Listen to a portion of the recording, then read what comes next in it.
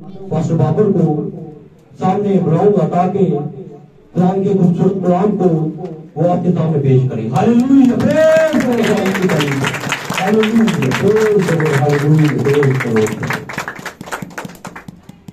बहुत शुक्रिया प्यारे भाई, खुदा आपको बरकत दे भाई साहब, उस सारी खिदमत के लिए जो आपने यहाँ पर खुदा के मज़हब पर खुदा के लोगों के लिए सर अंजाम दी है। और हम ईमान रखते हैं कि इस वर्शिप के बायस हम सब ने भरपूर बरकत पाई होगी। सबसे पहले तो इस बात के लिए हम खुदा का शुक्र करते हैं कि यके बाद दीगरे, एक के बाद एक, कोई पहले कोई बाद में, जो खुदा के लोग हैं जब आते हैं तो कुल मिला के जब उसका रिजल्ट निकलता है तो बरकत का बायस होता है। आमीन। हम खुदा का शुक्र करते हैं कि हम सब यहाँ पर प्लेटफॉर्म पर जमा हैं, एक ऐसे प्लेटफॉर्म पर जहाँ पर उकाबों की गज़ा मिलती है, जहाँ पर बुजुर्गों का कलाम मिलता है। खुदा आप सबको बरकत दे। आज के दिन के हवाले से खुदा उनका शुक्र करते हैं कि आप सबको खुदा ने महफूज रखा और आज की सुबह के अंदर मेरी तरफ से आप सबको खुदा यीशु मसीह के फतह नाम इस्लाम कबूल हो और मसीह यीशु के जी उठने का दिन आप सबको मुबारक हो। आए हम मेरे अज़ीज़ों देर के बगैर खुदा उनके कलाम की तरफ बढ़ते हैं, चंद बातों पर ध्यान देंगे और देखेंगे कि खुदा हमसे कौन सी बात करता है। हालेलुया। निकालिएगा मेरे साथ खुदा के कलाम पाक में से मुकद्दस लूका रसूल की मार्फत लिखी गई खुदा यीशु मसीह की अंजील। हालेलुया।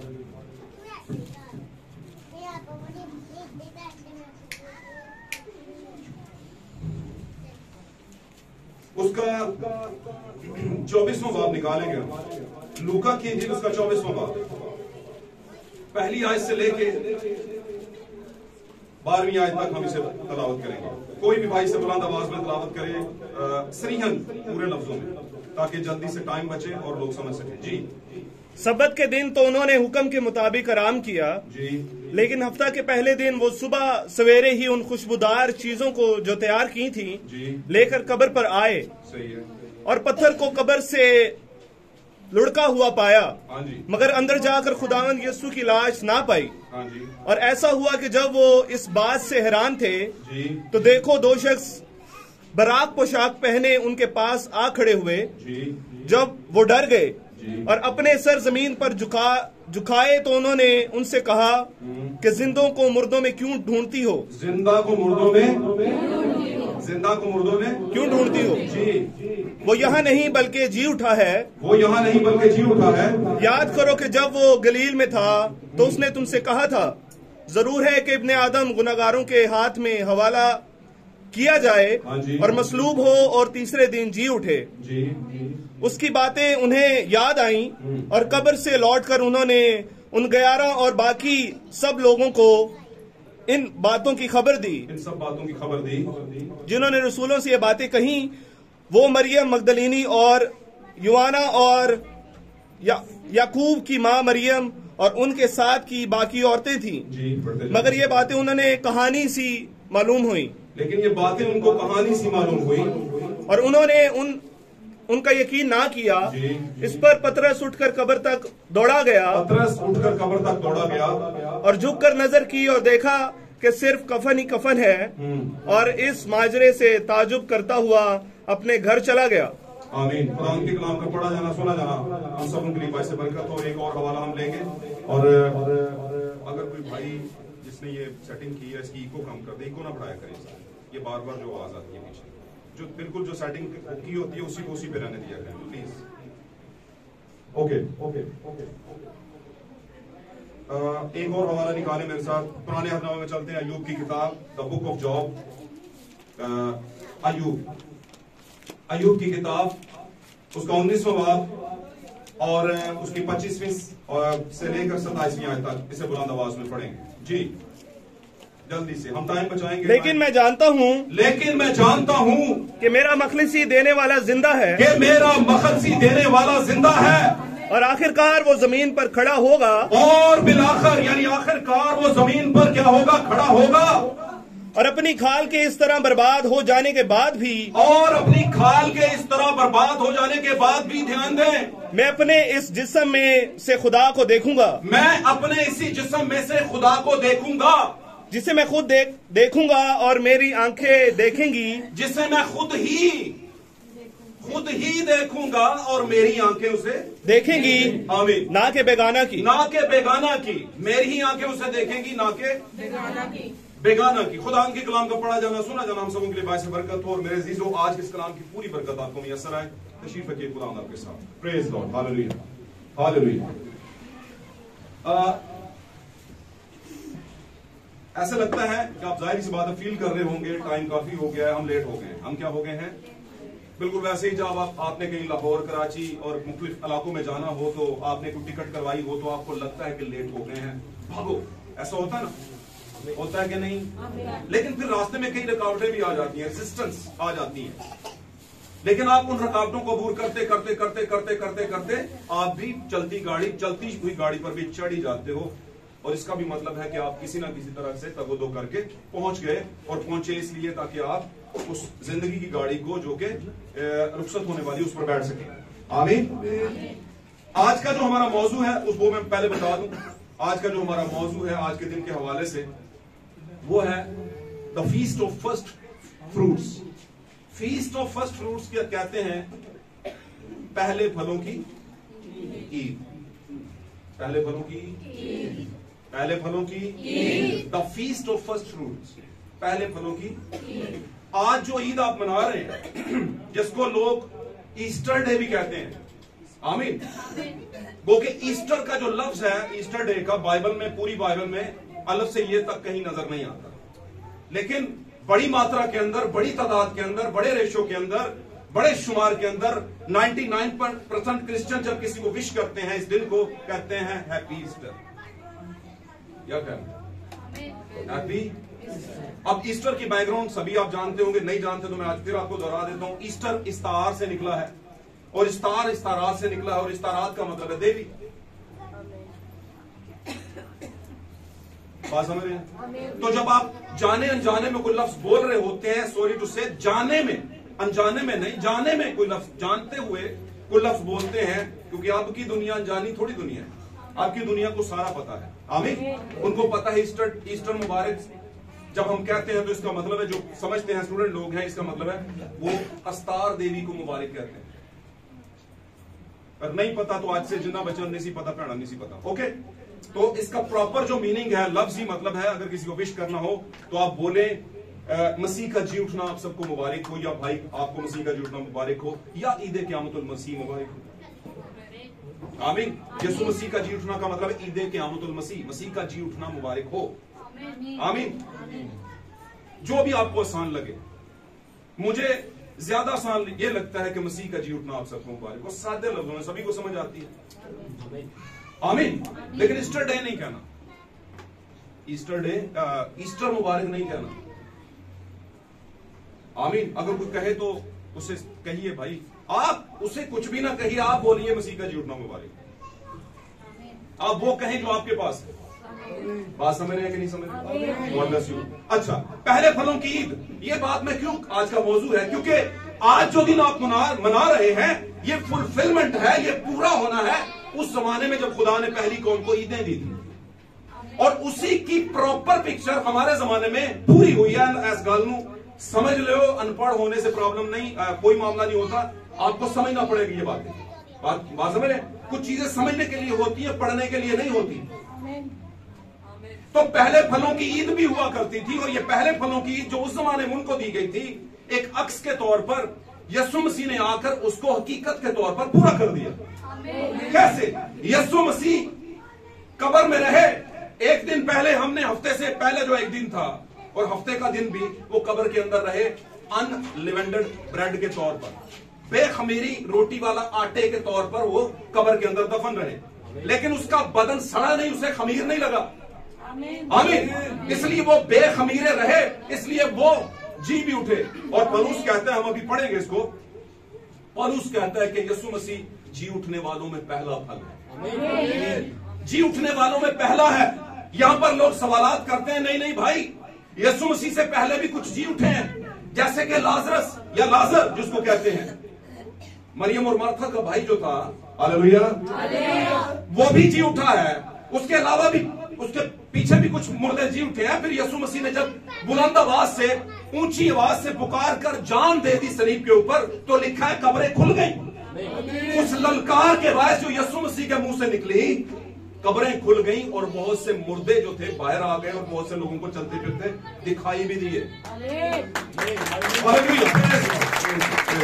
आप इज़हार किया करें, इज़हार जरूर करना चाहिए। और ये किसी शख्स से मोहब्बत का इज़हार नहीं है, ये मेरे और आपके खुदावन से मोहब्बत का इज़हार है। जब आपका दिल करे हालेलुया कहने को, तो ए ना देखो कौन बैठा था कौन नहीं, क्योंकि बरकत वहीं पे आपकी छुपी हुई है। सच कह रहा हूं। आप कितने भी बड़े आलम हो जाए, इज़हार नहीं करेंगे तो आप जीरो हैं। आप कितने भी बड़े दावेदार हो जाए, अच्छे बिलीवर, अच्छे ईमानदार, अच्छा ये अच्छा वो है, कोई फर्क नहीं पड़ेगा जब तक आप इज़हार नहीं करेंगे। इज़हार करना पड़ेगा। तो क्या हुआ, यीशु मसीह ने जब जान दी बुलंद आवाज से, तो बहुत से मुर्दे जी उठे। तो उन्होंने कहा नहीं भाई, यीशु के जुटने से पहले भी कुछ मुर्दे जी उठे। बात समझे? तो यीशु पहला नहीं है। तो मैं इसको इस तौर से बयान कर दूं, जैसे लोग कहते हैं कि ये दुनिया जिंदों की दुनिया है, जबकि पाक कलाम में लिखा है कि तू कहता है कि तू जिंदा है, पर तू है क्या? अब समझ ले इस बात को, जो यीशु से पहले जी उठे वो एक टाइम पर आकर अपनी उम्र पूरी करके फिर मर गए। आमीन। वो जिंदा इसलिए हुए ताकि खुदा के नाम को जलाल मिले। क्या यीशु मसीह की बुलंद ललकार से, यीशु मसीह की जान देने से जमीन के ऊपर तब्दीलियां आ जाती हैं। हैकल का पर्दा दो हिस्से हो जाता है, कब्रें खुल जाती हैं।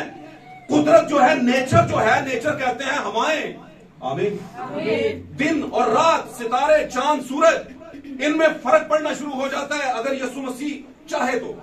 और यीशु मसीह ने जब सलीब पर थे तो लिखा है दूसरे पहर तक, तीसरे पहर तक पूरे मुल्क में, शहर में अंधेरा छाया था। यानी कि यीशु मसीह की मौत नॉर्मल मौत नहीं थी, यह दुनिया के लिए बहुत बड़ा एक इनाम थी। अगर वो मरता है तो फिर दुनिया का की क्या होती है, साल्वेशन होती है, छुटकारा और नजात होती है। आमीन, हालेलुया। तो सारी चीजें चेंज हुई और यीशु मसीह कब्र में गए, 3 दिन रात रहे लिवेंटेड ब्रेड के तौर पर, यानी कि बेखमीरी रोटी वाले आटे के तौर पर कब्र के अंदर रहे, लेकिन सड़े नहीं। आमीन। आप रात को आटा गूंथते हैं, रख देते हैं, सुबह देखते हैं तो सड़ा होता है। सड़ा समझते हैं, सड़ा आ रही होती है, बीच से बास आ रही होती है। यीशु की बॉडी से बास नहीं आई। क्यों नहीं आई? क्यों नहीं आई? क्योंकि दाऊद ने पहले ही बयान कर रखा था, क्या खुदावन तू मेरे बदन, मेरे मकदस को आलमे अरवा में सड़ने के लिए नहीं छोड़ेगा। आमीन। तू उसे फिर जिंदा करेगा। मेरे अजीजों, यीशु मसीह जमीन की वाहिद वो हस्ती है, ना इससे पहले ना कभी इससे बाद में हुई है, ना होगी कभी। ऐसी हस्ती है कि जिसके बदन को कीड़ा नहीं लगा, सड़ांध नहीं पड़ी। आज यीशु मसीह का बदन, जो कि मैं और आप दावा भरते हैं, हमें क्यों कीड़ा पड़ा हुआ है?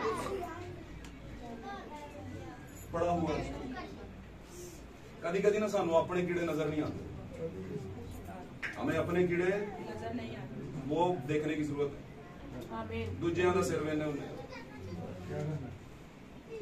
बात समझ रहे हैं? तो अपने भी कीड़े निकालने, खोपड़ी में पड़े हुए, और अपने कीड़े आप खुद नहीं निकाल सकते। बहुत बड़ी प्रॉब्लम है। यही वाहिद काम है जो आप अपने सर से, अपने दिमाग से अपने कीड़े नहीं निकाल सकते। दूसरे की जरूरत पड़ती है। वही आपके सर को देखता है और फिर कीड़े निकालता है। निकालता ही नहीं, मार भी देता है। हालेलुया। लेकिन अगर आप अपना सर पेश करें, तो अगर आप कहें मैंने नहीं निकलवाने, तो सारी जिंदगी नहीं निकलेंगे। और कीड़ों वाली गजा कौम को, और कीड़ों वाला इंसान, सड़ा हुआ, सड़ांध याफ्ता, गुस्सा हुआ, जिसको आमतौर बास मार रहा हो, खुदावंद को पसंद नहीं। यहां पे 4 घंटे बैठ कर अच्छे से अच्छा लेक्चर भी आप रट लें, अच्छी से अच्छी वर्शिप भी सुन लें, अगर आप में कीड़े पड़े हुए हैं, सॉरी टू से मैं ऐसा लफ्ज बोल रहा हूं, लेकिन बात ऐसी है। यीशु के बदन को कीड़ा नहीं लगा, यीशु के बदन को सड़ने की नौबत नहीं पहुंची। आमीन। यीशु की कोई हड्डी नहीं तोड़ी गई। जो कुछ उसके बारे में लिखा सब पूरा उस पर हुआ सच्चाई के साथ। आमीन। तो हम उसका बदन है। हमारी क्यों हड्डियां टूटी होती हैं?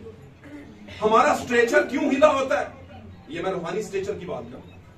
रूहानी अपने जो आपका वो होता है एक हाइट होती है या आपका एक स्ट्रक्चर होता है, उसकी बात कर रहा हूं। हम रूहानी तौर पे क्यों टूटे फूटे हैं? आमीन। यीशु किस वजह से जी उठा? किस वजह से? क्योंकि उसके अंदर कोई गुनाह ना था। उसने एक दावा भरा, उसने कहा तुम में से कौन है जो मुझ पर गुनाह साबित कर सकता है? क्या आप ऐसा कह सकते हैं?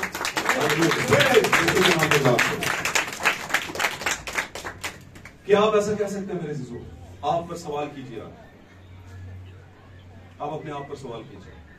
अब मैं आपको एक और भी बात बता दूं, यीशु मसीह उस गुनाह की बात नहीं कर रहे थे खास तौर पर जो दुनिया करती है, चोरी करना, है ना, किसी का माल रख लेना, कोई खुदा न खास्ता कहीं पर कोई डंडी मार लेना। गुनाह बहुत से हैं, बहुत से रंगों के। ये सिर्फ यीशु उन गुनाहों की बात नहीं कर रहा था कि वो वाले गुनाह मुझ में साबित करो, मैं किसी की चोरी की है, किसी का ना हक रखा है, उन गुनाहों की नहीं बात कर रहे थे यीशु। सबसे बड़ा गुनाह खुदा के कलाम पर बेतकादी है, और बेतकादी रद्दो अदूल को लेकर आती है, रद्द करती है खुदा के कलाम को। जब आपको एतकाद नहीं होता तुसी फिर एक कहते हो समझते हाँ बादशाह होशना लगी सी तो बादशाह कोई नहीं है, इन स्लीप चढ़ो। बात समझ रहे हैं? तो आपकी जो सेंस के मुताबिक, दुनियावी सेंस के मुताबिक पूरा नहीं, उसको आप रद्द करते हो। यीशु मसीह ने कहा एतकाद रखो, तुम्हारा एतकाद कहां गया? और 12 यीशु मसीह ने एतकाद की बात की है, ईमान रखो, ईमान रखो, ईमान रखो। आमीन। अब ईमान किस पर रखें? क्या किसी बंदे पर? नहीं नहीं, ये जो मैंने लिखा है इस पर रखें ईमान। और जब आपने इस पर ईमान नहीं रखा, एतकाद नहीं रखा, तो फिर रद्द शुरू हो जाता है। आमीन। किसी शख्स ने बड़ी अच्छी लाइन कही थी, मुझे बड़ी पसंद है। उसने कहा जो चीजें आप इस्तेमाल नहीं करते उन चीजों को आप खो देते हैं।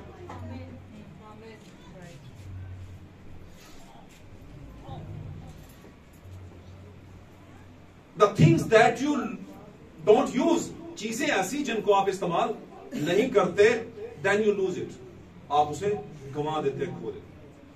यीशु मसीह ने भी अपनी जमीनी खिदमत में एक बात कही। कोई मालिक था, है ना, शहर जाना था, उसने जाने से पहले कुछ तोड़े दे गया, एक को 1 दे गया, दूसरे को 3 दे गया, और इसी तरह करके कुछ और भी। आमीन। हर किसी ने अपने अपनी जगह पर कमाया, लेकिन एक शख्स ऐसा था जिसने 1 तोड़ा रखा और उसको जाके जमीन में दबा दिया। और जब मालिक आया, हिसाब किताब किया, तो उसको बोला तुम भी लेकर आओ, वो भी चला गया। उसने कहा ए मालिक, मैं जानता हूं कि तू बड़ा सख्त है, जहां पर तूने बोया नहीं होता वहां से काट लेता है।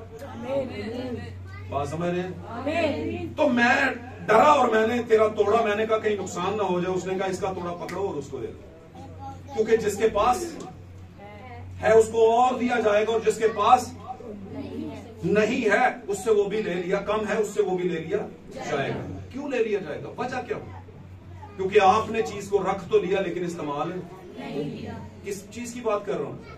इस चीज की बात कर रहा हूं। मैं आपको आज 12 साल का रिजल्ट बता दूं, आगे भी 12 साल अगर मेरी जिंदगी हुई, आपकी हुई, हम सबकी हुई, तो मैं जितना भी कलाम आपको सुना दूं, भारे भारे वजनी लफ्ज, अच्छे अच्छे भेद, अगर आप बिलीव नहीं करते इस कलाम को, एतकाद में नहीं लाते और इस पर अमल नहीं करते, तो आप जीरो हैं भाई।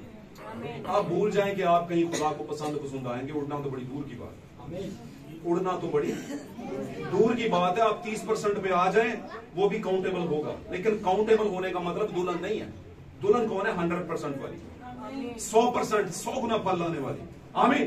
याद रखिए, यीशु मसीह ने अपना सब कुछ कुर्बान कर दिया था अपने बाप के हुक्म के पीछे, किया था कि नहीं? तो उसका बदन, उसकी दुल्हन अपने दुल्हा के लिए कुछ कुर्बान नहीं कर सकती। क्यों जी? और अगर आप में कुर्बानी नहीं है, अगर आप में सैक्रिफाइस नहीं है, अगर आप में यीशु मसीह के लिए कुछ छोड़ना और कुछ रखना नहीं है, आमीन, तो फिर कहीं ना कहीं पर आपके लिए मसले खड़े हो सकते हैं खुदा के हुजूर से। और ये बातें हवा में तीर नहीं है, ये बातें मैं बिल्कुल सुबह सादक की तरह बता रहा हूं। जैसे आप सुबह उठते हैं तो बड़ा मजा आता है, सुबह हो गई है, और ये हकीकत होती है कि सुबह भाईजान हो गई है। हालेलुया। तो पहले फलों की ईद थी उस जमाने में, यीशु मसीह पर यह ईद पूरी हुई, और यीशु मसीह 3 दिन रात के बाद कब्र में से जी उठे, और जी उठने वालों में पहले फल हुए। आमीन। मेरे अजीजों, इस हवाला से देखा जाए तो यीशु मसीह ने आज के दिन की उस ईद को पूरा किया, इसलिए मैंने इसको लेबल किया पहले फलों की ईद। आमीन। इस हवाला को पढ़िए, उसके बीच में आप भी कहीं छुपे हुए हैं। आपको अपना आप भी नजर आएगा। निकालिए मेरे साथ। हालेलुया।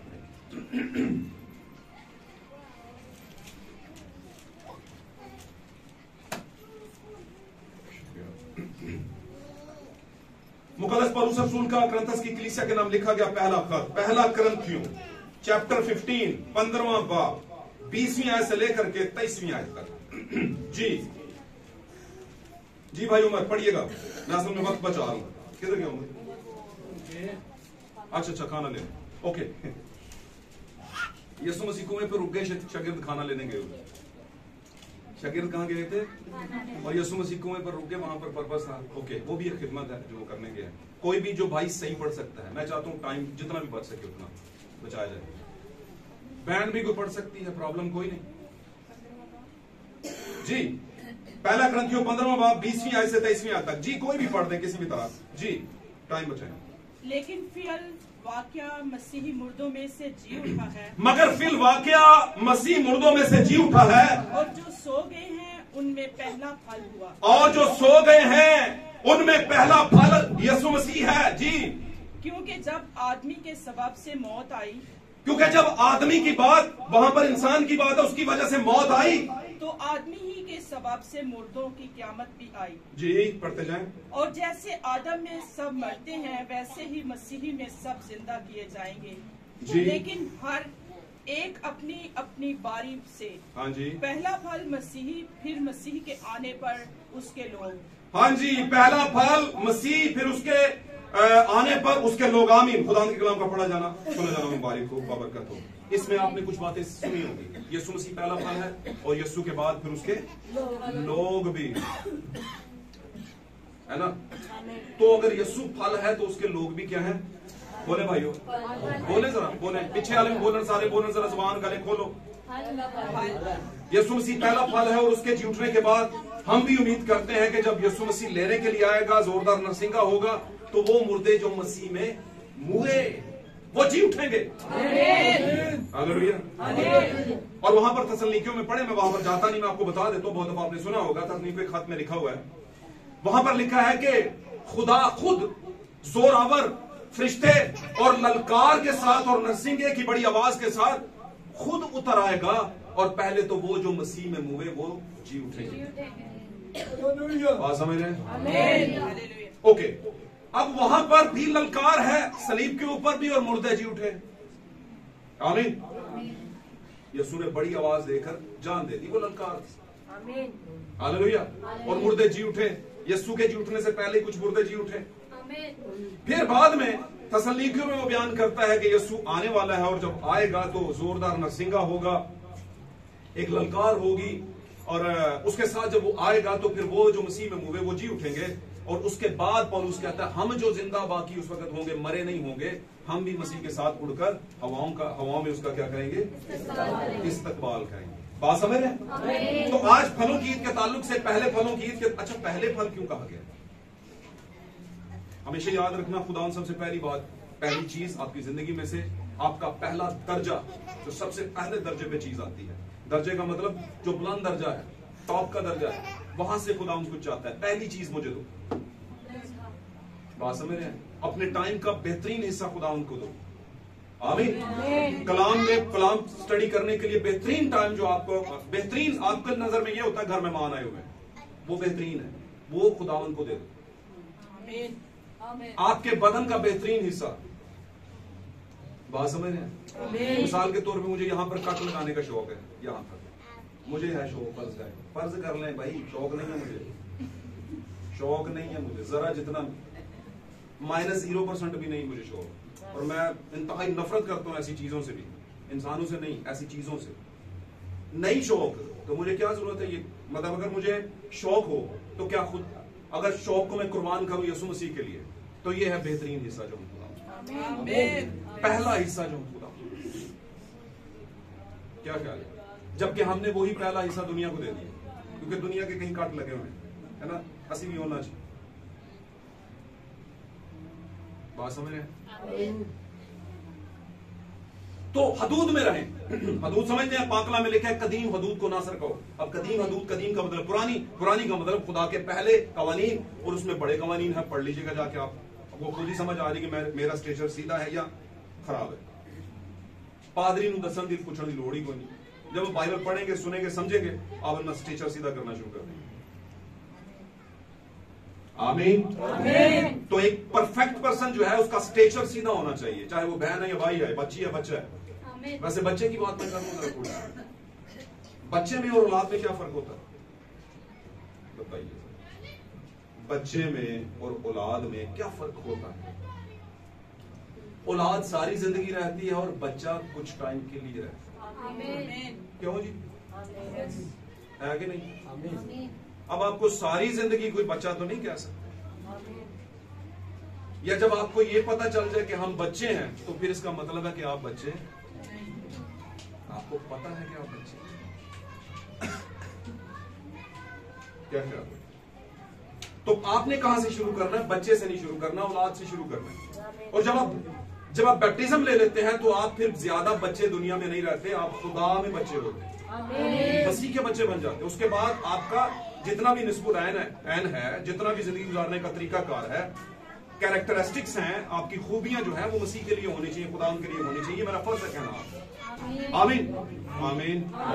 और एक और बात बताऊं, घर में अगर औरत अपने फ्राइज पूरे ना करे और मर्द अपने फ्राइज पूरे ना करें, बच्चे अपने फ्राइज पूरे ना करें, बेटियां अपने, बेटे अपने फ्राइज पूरे ना करें, बात समझ रहे हैं? तो घर कभी भी नहीं चलेगा, चल ही नहीं सकता। इसी तरह मसीह की फैमिली में भी कुछ आप पर क्या है, कुछ लाइबिलिटीज हैं, कुछ फ्राइज हैं। आमीन। जब आप वो फ्राइज पूरे करेंगे तो ये वो मौका होता है जब खुदा ने कहा था कि तुम्हारे फलों से लोग जानेंगे कि तुम किसके हो। आमीन। और आपको बताऊं एक बात, हमेशा जब भी किसी ने लेफ्ट राइट देखा है, तबाही वहीं से शुरू हुई। आपको ऐसा होना चाहिए कि आपको लगे कि मैं 100% हूं, मैं ठीक हूं और मैं अब डी ट्रैक नहीं हूंगा, नहीं हूंगी, तो फिर मामला क्या हो जाएंगे? सही रहेंगे। आमीन। आपको पता है यीशु मसीह ऐसे सीधा ऐसे बात नहीं करते थे, कम करते थे। ऐसी बात बहुत कम की है, बहुत ही पीक की बात हो तो उसने कहा तुम अबलीस की नस्ल से हो, कहा था ना। लेकिन 90% कह लें 80-70% यीशु तमसीला जी गलन करते थे। और भाईजान इशारा काफी है, तमसील देने से यीशु इशारा दे रहे थे कि इशारे से समझ जाओ। ये तूतड़ा वाली आवाज जो बात है, उंगली वाली, ये ना ही आए तो अच्छा है। यीशु मसीह ने तूतड़ा वाली बात की थी। यीशु ने कहा था कि तुम इब्राहिम की नस्ल नहीं हो, अगर उसकी होते तो मुझे पहचानते, क्योंकि तुम्हारा बाप इब्राहिम मेरा दिन देखने का क्या था, मुश्ताक था, और उसने देखा। अब उनका सेंस काम नहीं कर रहा। वो कहते हैं तू तो अभी 50 साल का नहीं हुआ, तो तूने इब्राहिम को कैसे, तुझसे कैसे मिल लिया उसने? बात समझ गए? तो ये होती है खुदा के कलाम की और मुजस्सम कलाम यीशु मसीह को अंडर एस्टिमेट करने वाली हरकत, उसको महदूद करने वाली हरकत, उसको अपनी साइंस से समझने वाली हरकत, जबकि यीशु साइंस से समझा नहीं जाता, यीशु रूह से समझा जाता है। हमारे जमाने के प्रॉफिट बड़े जबरदस्त, भाई मैरियन विलियम ब्रैनम अपने एक मैसेज में कहते हैं, बड़ी खूबसूरत बात उन्होंने की। उन्होंने कहा कि कभी भी आप कलाम के मुकाशफात को बहसों से सीख नहीं सकते, ना समझ सकते, ना रख सकते अपने पास, रहेंगे नहीं आपके पास बहसों से, बहस करने से, डिबेट्स करने से। लोग कहते हैं वहां पर मनाजरा करना है, आइए जी कैथलिक वालों का भाई मिशन दा, प्रोटेस्टेंट दा, साल्वेशन आर्मी दा, या विटनेस ना, बात समझे? वो मजाकरात का रिजल्ट क्या निकलता है?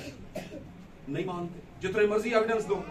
तो मुकाशफात को आप क्या है, खुदा के मुकाशफात को आप बहसों से, तकरीरों से नहीं समझ सकते, ये खुदा के रूह से समझा जाता है। जिसके पास खुदा का रूह हो और सही रूह हो, हालेलुया, वो मुकाशफात पर स्टैंड बाई कर जाता है।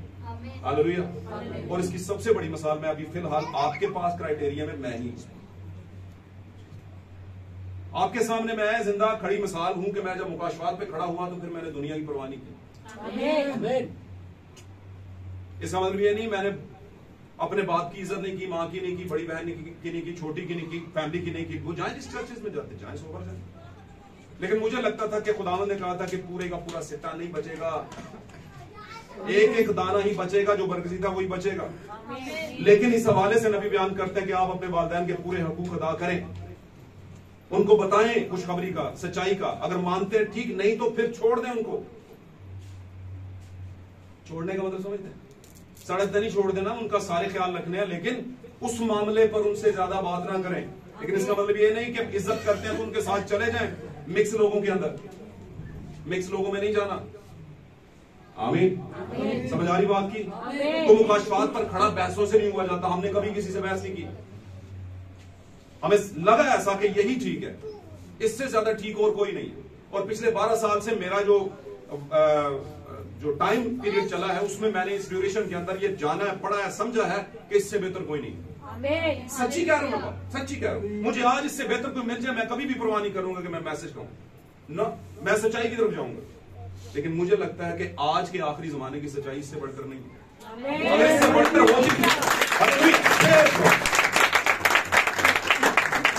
अगर मैसेज के अलावा भी दूसरी मिशनों के अंदर यह सच्चाई होती तो मैं कब का जाकर बैठ जाता। मुझे इस चीज की परवाह नहीं, मुझे इस चीज की परवाह होती कि मैंने अब्दियत में जाना।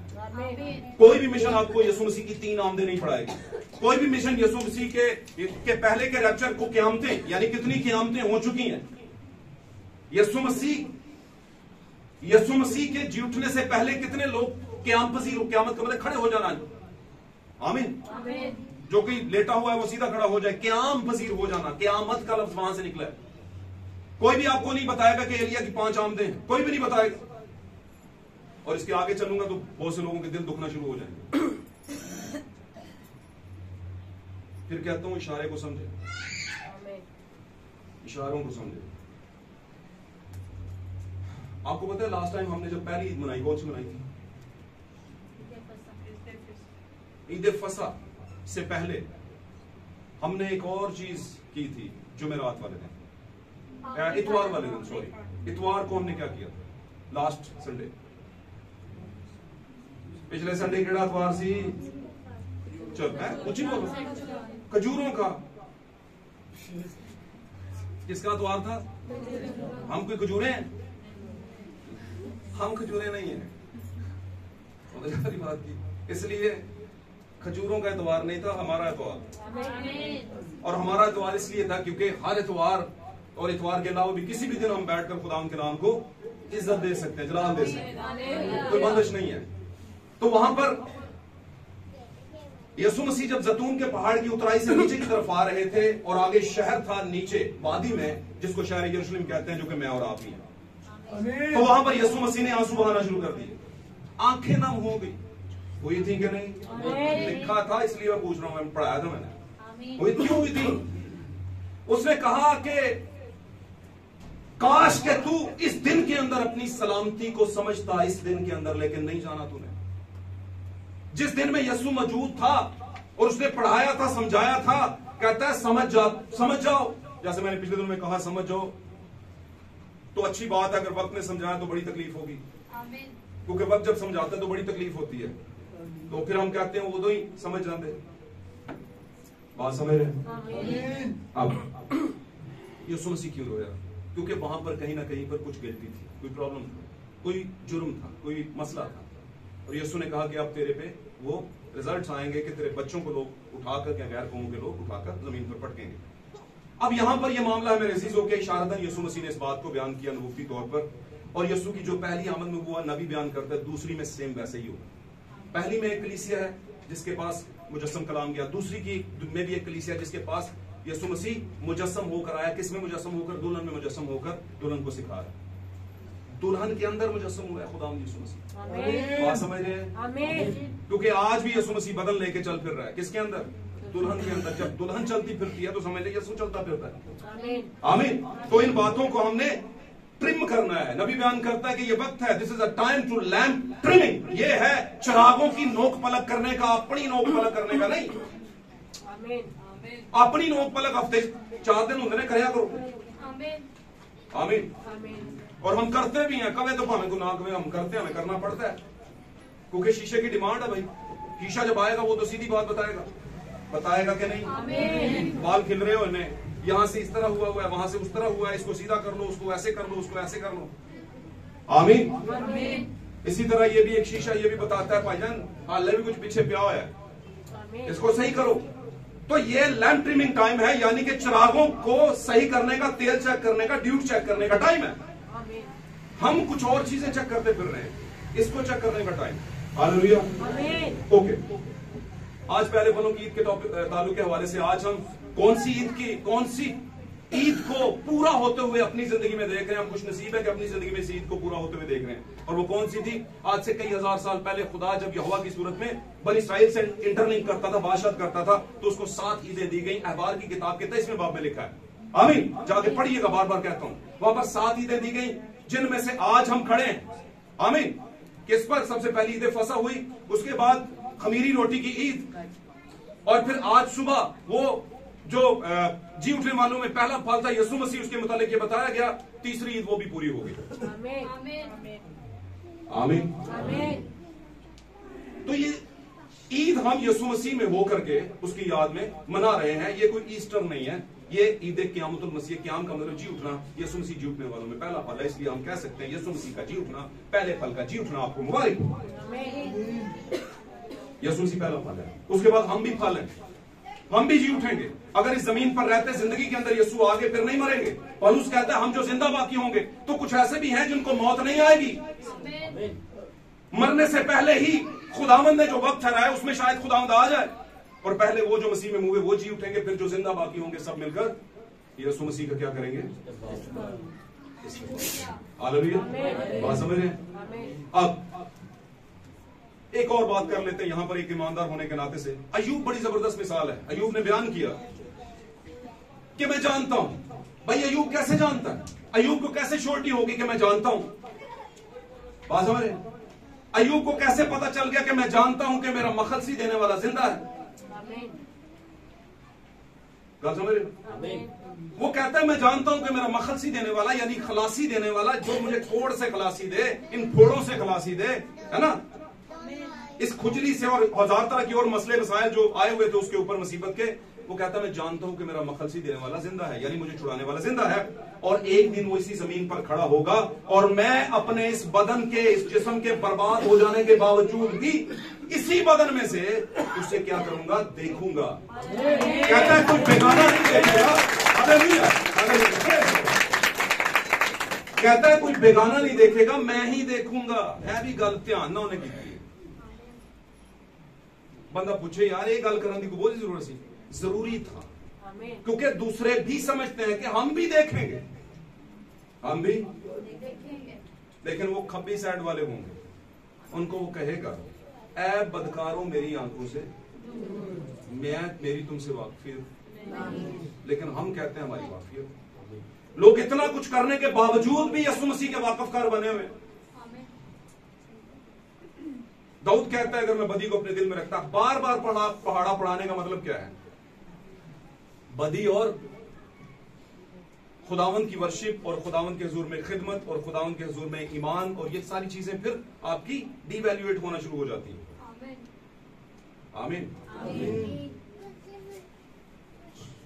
तो अय्यूब को ये बड़ी श्योरिटी थी कि मैं जानता हूं कि मेरा मखलसी देने वाला जिंदा है, और एक दिन वो जमीन पर खड़ा होगा। और वो कौन से दिन की बात कर रहा? यीशु मसीह की दूसरी आमद की। और कहते हैं मैं उसे देखूंगा।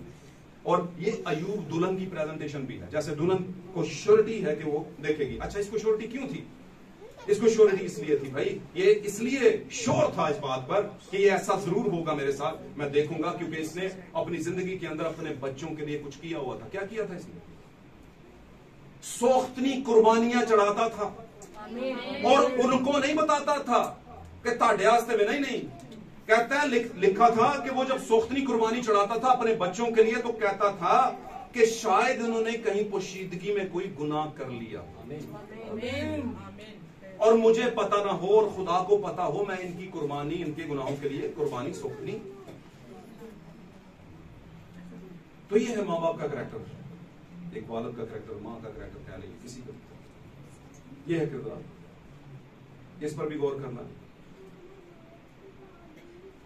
आमीन। तो फिर आप कह सकते हैं मैं जानता हूं, क्योंकि आप श्योर हैं 100% कि आपने खुदावंद के साथ, उसके कलाम के साथ पूरा इंसाफ किया। आमीन। पाक कलाम में लिखा है खुदावंद के हुक्म सख्त नहीं है। खुदावंद के हुक्म क्या है? सख्त नहीं है। नए अहदनामे में, पुराने में सख्त नहीं है। हालेलुया। तो हमें मेरे अजीजों जानना है, खुदावंद का शुक्र करते हैं। पहले फलों की ईद के अंदर हम शामिल हुए, और यीशु मसीह जी उठने वालों में पहला फल है। और एक बात आज से आपने ज़हन में रखनी है, ईस्टर मुबारक नहीं कहना किसी को। मसीह का जी उठना मुबारक। भाई जी मसीह का जी उठना मुबारक हो। करके बता देता हूँ आपको, बहन जी आपको मसीह का जी उठना मुबारक हो, भाई जी आपको मसीह का जी उठना मुबारक। ऐसे कहना कोई प्रॉब्लम है इसमें? और कोई ये भी नहीं कहेगा यार की कहने नहीं कहेगा। अगर कोई कहे तो मेरा नंबर किधे को, ठीक है, उसे कहना भाईजान उन्होंने गल कर लो, सन उन्होंने नहीं किया, बल्कि मेरा भी की लेना है, यसू मसीह का नंबर दे दो जरा कलाम च रहा। हम दसो कलाम के ईस्टर भी कट के विखाओ सानू जरा, बात समझे? तो अक्सर ऐसे हालात बनते रहते हैं। मेरे से खुदा आपको बरकत दे। आज का टॉपिक पहले फलों की, टाइम खासा हो चुके, आपने जाना भी है मुख्तलिफ जगहों पे। खुदा आपको बरकत दे। और मैं ईमान रखता हूं कि आप उस बात के दावे को जानते होंगे कि मैं जानता हूं कि मेरा मखलसी देने वाला जिंदा, और एक दिन मैं इसी अपने बदन के बर्बाद हो जाने के बावजूद भी उसे देखूंगा, क्योंकि ये कलीसिया की क़यामत है, कलीसिया का जी उठना है। हालेलुया। आखिरी वाला पढ़ेंगे और उसके बाद आमीन करेंगे। हवाला पढ़ेंगे बस। मुकाशवा की किताब में चलते हैं, 20वां बाब निकाले। मुकाशवा की किताब 20वां बाब। आज हम जी उठने के हवाले से और यीशु मसीह के जी उठने और पहले फलों की ईद के तौर पर हवालाजात को पढ़ रहे हैं और सीख रहे हैं। खुदा हमें सिखा रहा है जी। मुकाशवा की किताब 20वां बाब आयत नंबर 6 पढ़ेंगे जी। आयत नंबर 6 कोई भी पढ़ दे बुलंद आवाज से। मुबारक और मुकद्दस वो हैं, मुबारक और मुकद्दस वो हैं जो पहली क़यामत में शरीक हों, जो पहली क़यामत में शरीक हों। ऐसों पर दूसरी मौत का कुछ इख्तियार नहीं, ऐसों पर दूसरी मौत का कुछ इख्तियार नहीं, बल्कि वो खुदा और मसीही के काहिन होंगे जी, और उसके साथ 1000 वर्ष तक बादशाही करेंगे। उसके साथ 1000 वर्ष तक क्या करेंगे? बादशाही। ये उन लोगों की बात है जो दुल्हन है, उनकी बात है, क्योंकि बादशाही दुल्हन ही कर सकती है बादशाह के साथ। बाकी तो सामने रियाया होती है, सारी पब्लिक होती है और उन पर बादशाही की जाती है। लेकिन ये जो है ये 1000 वर्ष तक क्या करेंगे? जमीन पर बादशाही करेंगे। ये कौन होंगे मेरे चीजों? कोई और नहीं होएगा, तुसी भी हो सकते हो, तुसी हो ये जमाने दे दुल्हन या कलीसिया हो सकते हो जो खुदावंद को पसंदीदा है। आमीन।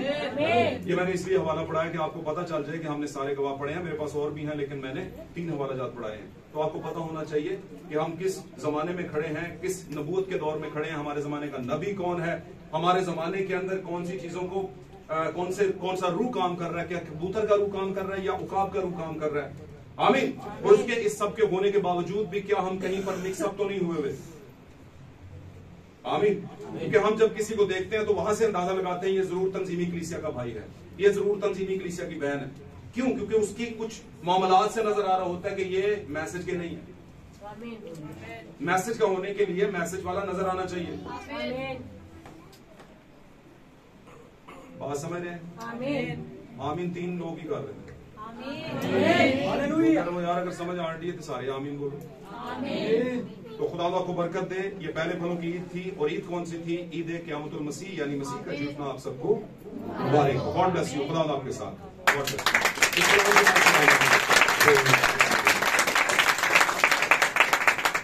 आए हम अपनी आंखों को बंद करते हैं थोड़े वक्त के लिए, खुदा की हुजूरी में जाते हैं और आज के दिन की शुक्रगुजारी करते हैं। खुदा से कहते हैं खुदा तेरा शुक्र हो कि तूने फजल बख्शा कि मैं पहले फलों की ईद के अंदर तुझे पहला फल होने के लिए सुन रहा हूँ। खुदा तेरा शुक्र हो खुदा, तूने जो बातें आज अपने कलाम के जरिए से की हैं वो हमारी जिंदगी में जगह